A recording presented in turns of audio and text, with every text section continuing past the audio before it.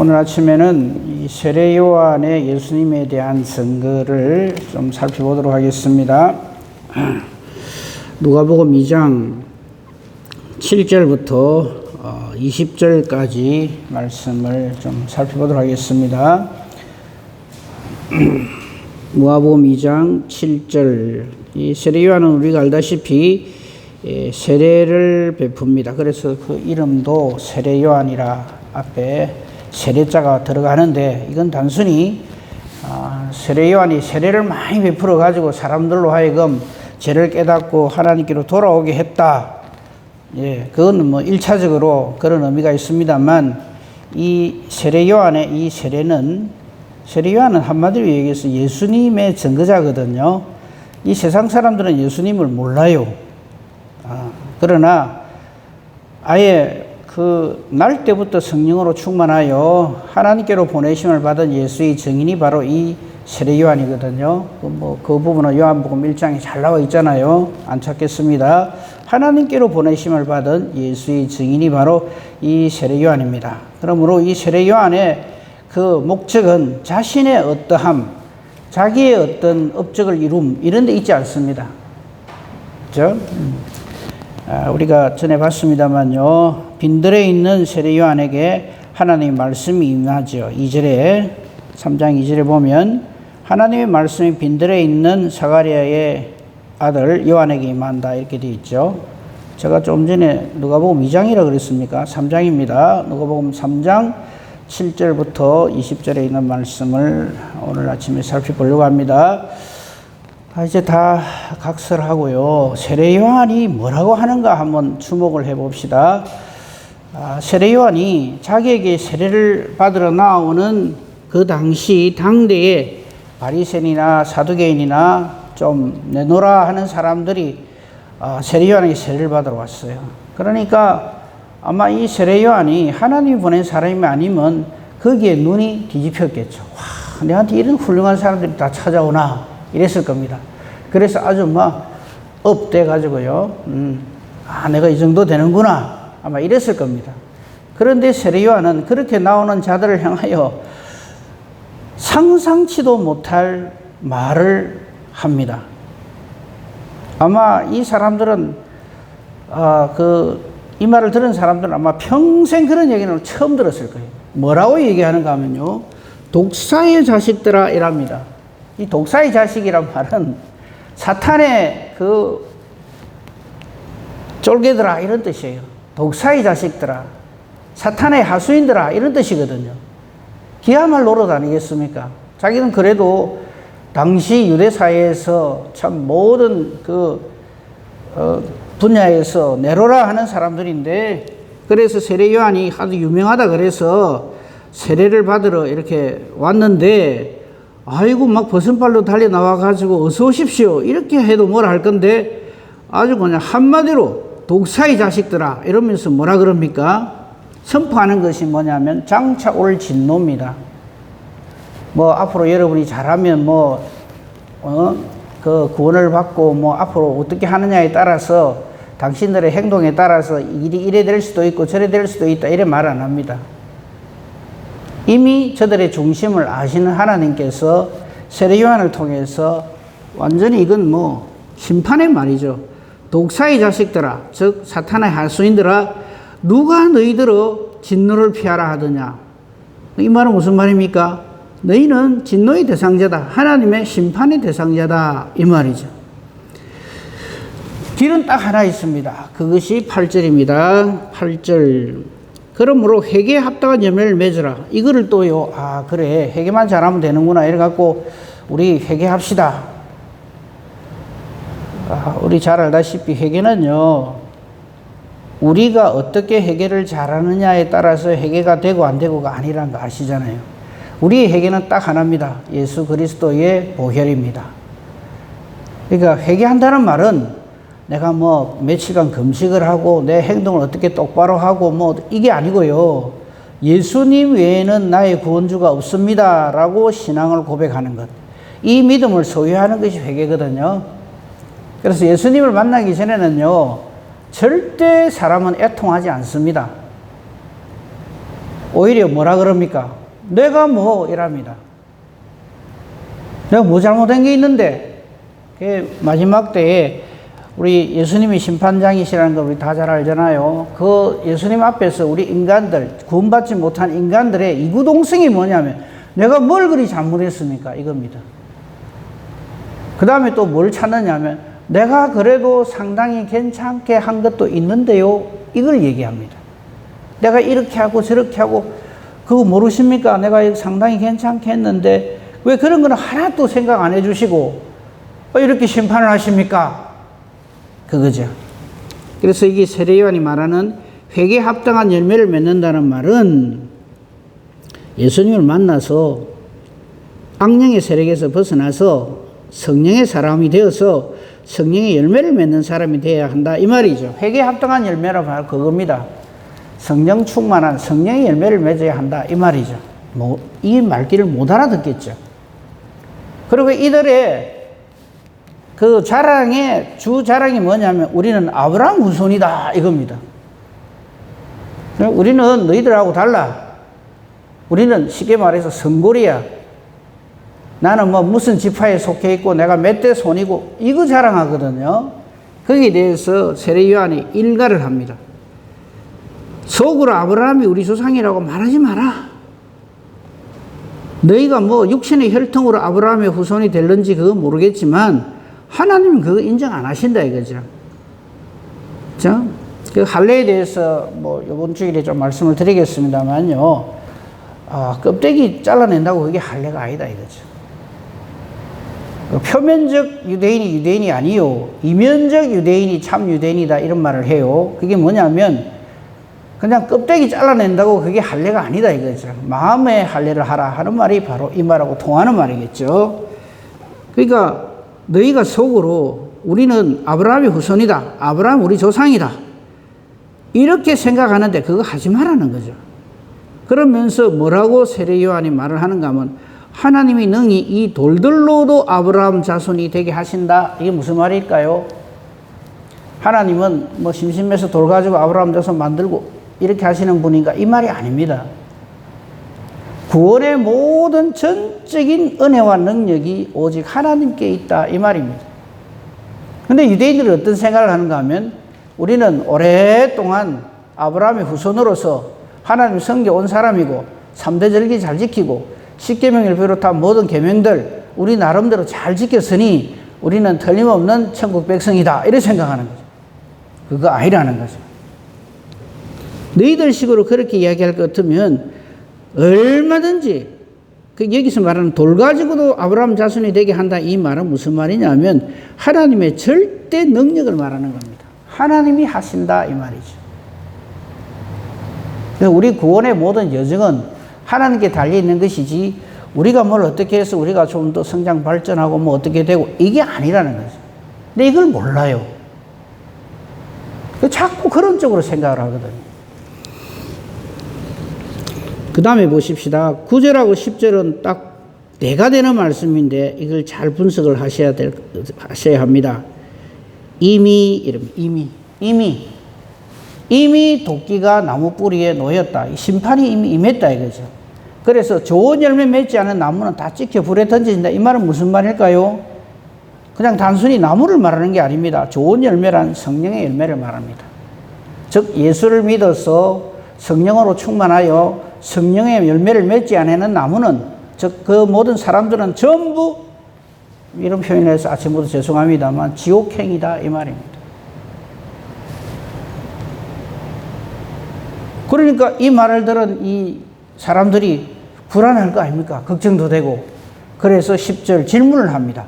그럼 우리가 무엇을 하리까? 이 질문 제일 많이 하죠. 예수 믿어서 뭐 이거 하는 거.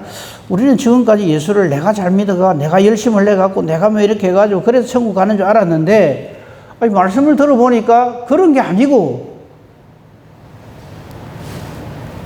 내가 무슨 일을 하나님이 열심히 해가지고 천국 가는 것이 아니라, 전적인 하나님의 은혜로 간다 하니까, 그럼 우리는 어찌해야 됩니까? 제가 설교하고 난 다음에 제일 많이 듣는 말이 이 말입니다. 그럼 우리 뭐 해라고요? 이래요. 저는 그렇게 질문하는 분들의 마음을 압니다. 아는데 제 속 대답은 이거죠. 아무것도 하지 마세요. 이거죠. 그래서 제가 자주 드리는 말씀이 성령으로 충만하지 않으면 제발 아무것도 하지 마라 그래요. 이 말을 또 오해를 해갖고, 아이고, 저 이태식 목사는 막, 가만히 열중시하고 있으면 된다. 하나님이 다 알아서 한단다. 또 이리 오해를 해요. 그런 뜻이 아니고요. 무엇을 하리까라고 질문하는 그들에게 딱 눈높이 대답을 세례 요한이 합니다. 11절부터 14절까지인데 한번 봅시다. 옷 두 벌 있는 자, 옷 없는 자에게 나눠주라. 먹을 것 있는 자, 없는 자에게 나눠주라. 세리들은 세금으로 딱 정당하게 부과된 것 외에는 거두지 마라. 군인들도 그 힘을 가지고 사람들을 강탈하지 마라. 그 받은 급료를 족한 줄로 알아라. 이래 말을 해요. 세례 요한이. 그럼 한번 보세요. 이거는요, 예수 안 믿어도 뭐 비교적 인간적이고 양심적이고 뭐 그런 사람들 다 이래 하죠. 안 그렇습니까? 이래 하면 뭐 천국 갑니까? 안 그렇습니까? 한번 보세요. 있는 사람 없는 사람 나눠주라. 구제죠. 선한 사업 해라. 세금 거두는 사람은 부과된 것 외에는 거두지 말아라. 군인들도 힘을 의지해가지고 강탈하거나 이렇게 하지 말아라. 이게 뭐예요? 그냥 착하게 살아라? 이건 당연한 거죠. 그죠? 이건 세상 종교들도 다 이 말합니다. 어느 종교단체에서 욕심을 부리고 살아라, 이래라 저래라 이래 합니까? 몸된 생각하고 해라 그럽니까? 다 제대로 그럴듯한 말 하죠. 근데 세례 요한이 왜 이 말을 할까요?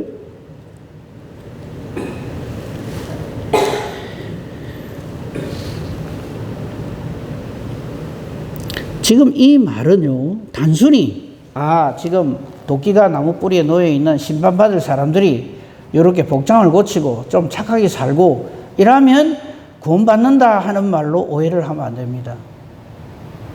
지금 이 당연한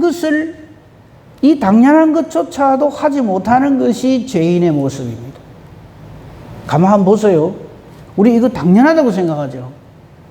근데 이 당연한 것을 사탄에게 딱 붙잡힌 바 되면요, 이걸 예사로 어깁니다. 그러면서 한 걸음 더 나가죠. 이게 그 다음 한 걸음 더 나가. 나만 그러나? 세상이 다 그런다. 이런 식으로 돼버리는 거죠. 그래서 이 주님의 말씀에는 관심이 없고 전부 자기 중심으로 생각을 합니다. 여기 한번 보세요. 옷 두 벌 있는 자, 먹을 것 있는 자, 부자들을 말하죠. 부자들은요, 더 부자가 되기 위해서 혈안이 되어 있습니다. 그러면서 두 벌 외에 세 벌, 네 벌, 10벌을 가지면서도 어떻게 생각합니까? 당연하지 뭐. 우리 사는 세상이 그렇지. 이란다 이 말이에요. 그러니까 돈이 있는 사람들의 목적은 하나님이 아니고요, 더 많은 돈, 더 많은 부에 관심이 있죠. 공무원들, 군인들, 자기 있는 위치에서 하나님께서 내게 왜 이 은사를 주셨을까를 생각 안 합니다. 그냥 잘 되고 있으면 무사한 일, 더 잘 되게 해. 이게 그 사람들의 목적이지, 하나님께서 내게 왜 이 일을 하게 하셨을까를 생각 안 한다고. 여러분, 우리가 잘 알다시피 하나님이 우리에게 주신, 하나님 말씀대로 뜻대로 살아라 해서 주신 계명이 있죠. 그 첫 번째 계명이 뭡니까? 하나님 사랑. 하나님 사랑 안 한다 이거죠. 하나님은 그저 내 필요를 채워주시는 분, 이 이상도 이 이하도 아니다 이거죠. 이웃은 어떻게 생각하냐면, 저거는 내가 눌려야 될 대상, 이렇게 생각합니다. 절대 사랑 안 합니다. 사랑하는 경우가 있긴 있죠. 누구 사랑합니까? 부모, 자식, 내하고 특별한 혈연 관계 있거나 아니면 내한테 억수로 잘해주는 사람, 그거는 사랑합니다. 그러면서 이웃을 사랑하라 그러면 어떻게 생각합니까? 나 잘하고 있다 이렇게 생각해요. 하나님이 왜 이 말씀을 하시는가를 생각도 안 하는 거예요. 그러다 보니까 보세요. 하나님 사랑, 이웃 사랑, 거기 하나 빠진 게 있죠. 나 자신을 하나님의 사랑으로 나 자신을 사랑해야 돼요. 그런데 나 자신을 내가 하나님 사랑으로 나를 사랑하지 못해요. 그래서 내가 엉망진창으로 살아도 거기에 관심이 없습니다. 뭐 이래 사는 게 정상이지 이래 생각합니다. 그래서 얼마나 우리가 우리 자신을 사랑하지 않는가 하면 지옥 갈 일을 하나님의 심판의 일을 하면서도 거기에 대해서 얼마나 관대한지 모릅니다. 그러면서 자신에 대해서 아주 과대평가를 합니다. 내 정도면 되지. 이런 식으로 해서 우리가 우리 자신을 사랑하는 일에 완전 실패해 버립니다. 그러니까 하나님 사랑 실패하니까 나 자신을 사랑하는 일에 실패하고요. 이웃 사랑이 어디 있습니까? 저거는 그냥 필요하면 손잡고 필요 없으면 내팽개 쳐버리는 거지. 그러니까 우리의 마음밭이 하나님 우리 중심을 모시는데 마귀 놀이터가 되어 있는 거예요. 하나님도 심지어는 이랍니다. 내한테 잘해주면 나도 하나님한테 잘해드리겠습니다. 이랍니다. 우리의 기도가 전부 그런 조건문이에요. 하나님 내한테 이런 게 필요하고 저런 게 필요한데 좀 이래 주시면 감사하겠습니다. 딱 창세기 28장입니까? 그 믿음의 조상인 야곱의 서원 기도 있죠. 그거 한번 가만 보세요. 그거 한번 봅시다. 창세기 28장을 한번 가봅시다. 가보면, 그 기도가 얼마나 잘못된 것인가 하는 것을 우리가 잘 발견을 못해요. 한번 보세요. 창세기 28장. 여기 보면 야곱의 서원 기도가 나와요. 여기 창세기 28장, 20절부터 22절에 이 야곱의 서원 기도에 우리가 우리도 좀 이래 기도 한번 해봐야지. 역시 우리 믿음의 조상 야곱은 기도하는 게 우리하고 달라 이러거든요. 안 그렇습니다. 전 정말 그런 이야기를 들을 때 제가 이게 TV에 설교 하시는 목사님들 좀 나름 우리나라에서 좀 이름 있는 분들 설교를 하는데 이 야곱의 서원 기도 이래갖고 설교를 하는데 내가 정말 넘어가는 줄 알았어요. 우리도 이렇게 기도해야 됩니다. 이러는데 죽겠더라고요. 한번 봅시다. 야곱이 뭐라고 서원하냐면 전부 조건문입니다.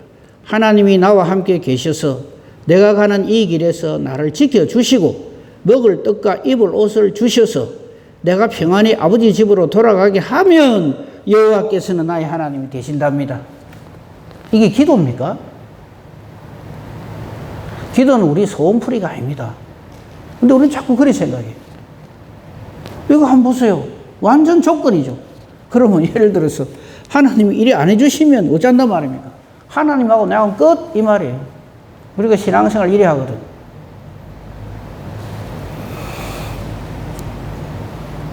그 다음에 11조 서원을 합니다. 22절에. 그래 하면은 내 하나님이 되고 내가 기둥으로 세운 이 돌이 하나님의 집이 될 거고 베델이 된다는 얘기죠. 하나님께서 내게 주신 모든 것에서 10분의 1을 내가 반드시 하나님께 드리겠나이다. 그 목사님이 반드시 이게 꽂혀가지고 우리가 하나님 앞에 받은 것 10분의 1 반드시 드려야 됩니다. 그래야 우리가 야곱의 복을 받습니다. 이렇게 설교를 하고 결론을 맺더라고요. 이런 기도 그래요. 우리가 좀 부족하고 이래 할 때 이런 기도 할 수 있죠. 근데요, 제가 왜 여기에서 막 괴로워 죽는 줄 알았냐 하면 그 앞에 하나님이 하신 말씀이 있어요. 한번 봅시다. 이 지금 야곱이 서원 기도를 하는 그 근거가 뭡니까? 베델에서 이제 하나님이 나타나시잖아요. 우리 잘 아는 대로 사닥다리가 하늘에서 땅까지 쫙 해가지고 그 위로 천사들이 오르락 내리락 하고 그럴 때 하나님께서 하시는 말씀을 봅시다. 13절입니다. 또 본적 여호와께서 그 위에 서서 이르시되 나는 여호와다. 네 할아버지 아브라함의 하나님, 네 아버지 이삭의 하나님이다. 이래 해요. 지금 이 야곱은 이 하나님으로부터 이렇게 직접 이렇게 계시를 받은 적이 없어요. 근데 이제 드디어 하나님 나타나 주신 거죠. 왜냐? 이삭으로부터 이 축복의 기도를 받았기 때문에. 이제 하나님께서 약속의 자녀로서 이렇게 인치셨기 때문에. 그런데 이제 하나님께서 하시는 말씀, 네가 누워있는 땅을 내가 너와 내 자손에게 준다 그랬어요. 그 다음 말을 잘 보세요. 네 자손이 땅이 태글같이 되어서 서쪽, 동쪽, 북쪽, 남쪽으로 퍼져나간다. 그 다음에 우리 잘 아는 말씀 있죠. 땅의 모든 족속이 너와 내 자손으로 말미암아 복을 받을 이 자손은 예수 그리스도죠. 갈라디아서 3장 16절 계속 말씀드린 겁니다. 이 말은 이 하나님의 이 말씀은 아브라함에게도 이삭에게도 한 그 말입니다. 언약의 하나님이십니다. 그 하나님이 장차 예수 그리스도를 이 야곱에게 선포해 주시는 거죠. 그리고 15절입니다. 내가 너와 함께 있어서 네가 어디로 가든지 내가 너를 지키겠다. 너를 이끌어 이 땅으로 돌아오게 하겠다. 내가 네게 허락한 것을 다 이루기까지 너를 떠나지 아니하리라. 끝난 거 아닙니까? 이래 되면. 또 여다 대놓고 야곱이 하는 말이 고래 해주면 내가 내 하나님 될 끼고 11조 생활 잘할 끼고. 좀 죄송한 편이에요. 완전 철없는 기도거든요, 이거는. 그래서 이래 합니까? 우리 잘 알다시피 창세기 29장부터 보면요. 이거는 완전히 남의 발 뒤꿈치 잡는 명수 노릇을 계속 합니다, 야곱이. 그건 시간 관계상 다 여러분 내용을 잘 아실 거잖아요. 언제까지 그래 합니까? 자기 형 에서가 죽이겠다고 400명 데리고 와가지고 야복강 나루터에서 하나님을 한 대 얻어맞고 이름 바꿈을 받고 그때부터 달라져요. 근데 그때까지 계속 여기 그의 기도 제목, 기도 같은 이런 삶을 계속 살아요. 자기 중심으로. 자기 하고 싶은 대로.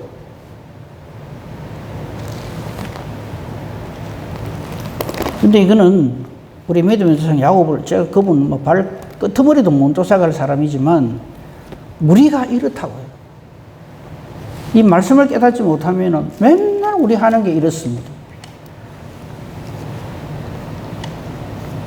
그러니까 다시 본문으로 돌아옵시다. 하나님 사랑, 이웃 사랑, 그 사랑을 가지고 내가 하나님 앞에 어떤 존재인가를 깨달아 아는가. 그걸 거듭난다 그러죠.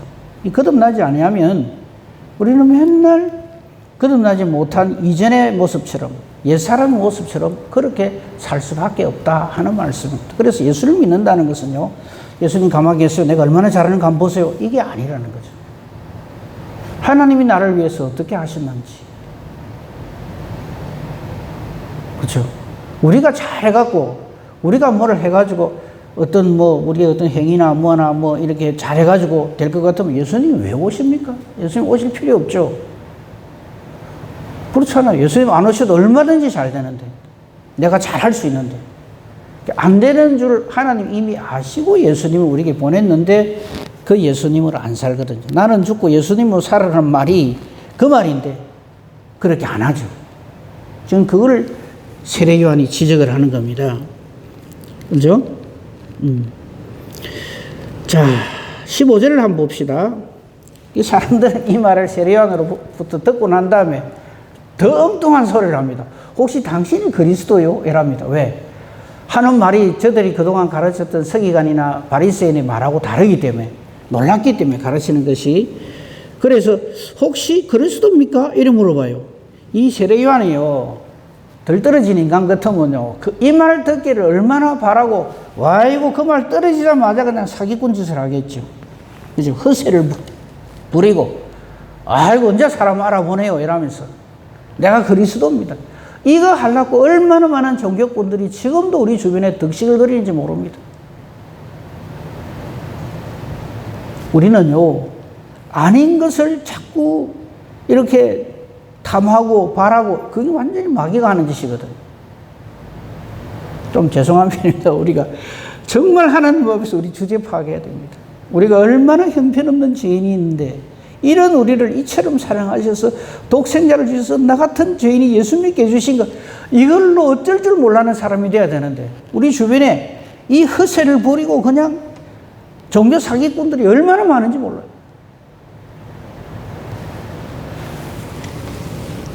지금 세례 요한이 15절에 백성들이 이 말하는 거 이거 듣고 싶어가지고 안달복달을 하죠.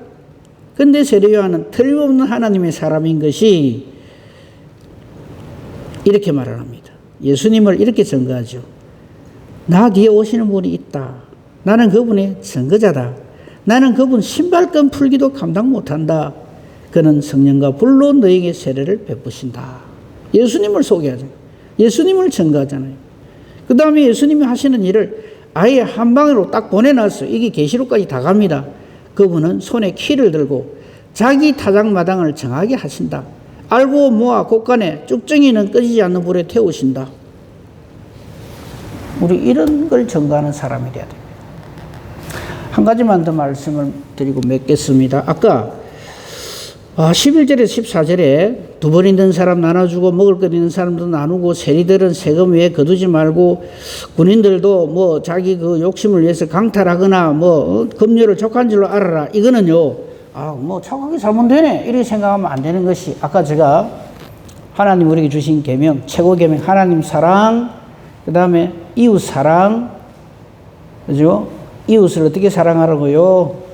내 자신을 사랑과 같이 이웃을 사랑하는 그 사람에게 하나님 주시는 모든 물질이 복으로 주어진다. 이거를 생각하고 이 말씀을 읽어야 됩니다. 근데 우리 대부분의 이 땅을 사는 성령으로 충만하지 못한 예수가 없는 사람들의 목적이 뭐냐면요, 어쩌면 많이 가질까, 어쩌면 많이 먹을까, 어쩌면 좀 더 거둘까, 어떻게 하면 좀 더 내가 뭐 벼락부자가 됐든 뭐가 됐든 이 물질이 정말 나를 따라다니게 할까, 이거잖아요. 근데 그 복은 하나님 사랑, 이웃 사랑 하는 그때 하나님이 전부 주신다는 거죠. 이 모든 것이 우리에게 있어야 할 줄을 안다 말이죠.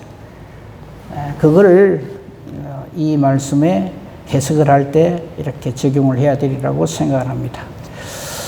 마지막 거기 19절, 20절, 18절부터 20절까지 보면 이런 세례 요한에 대해서 사탄이 가만히 있겠습니까? 달라들죠. 그래서 우리가 전에 보았지만 요한은 감옥에 갇히게 됩니다.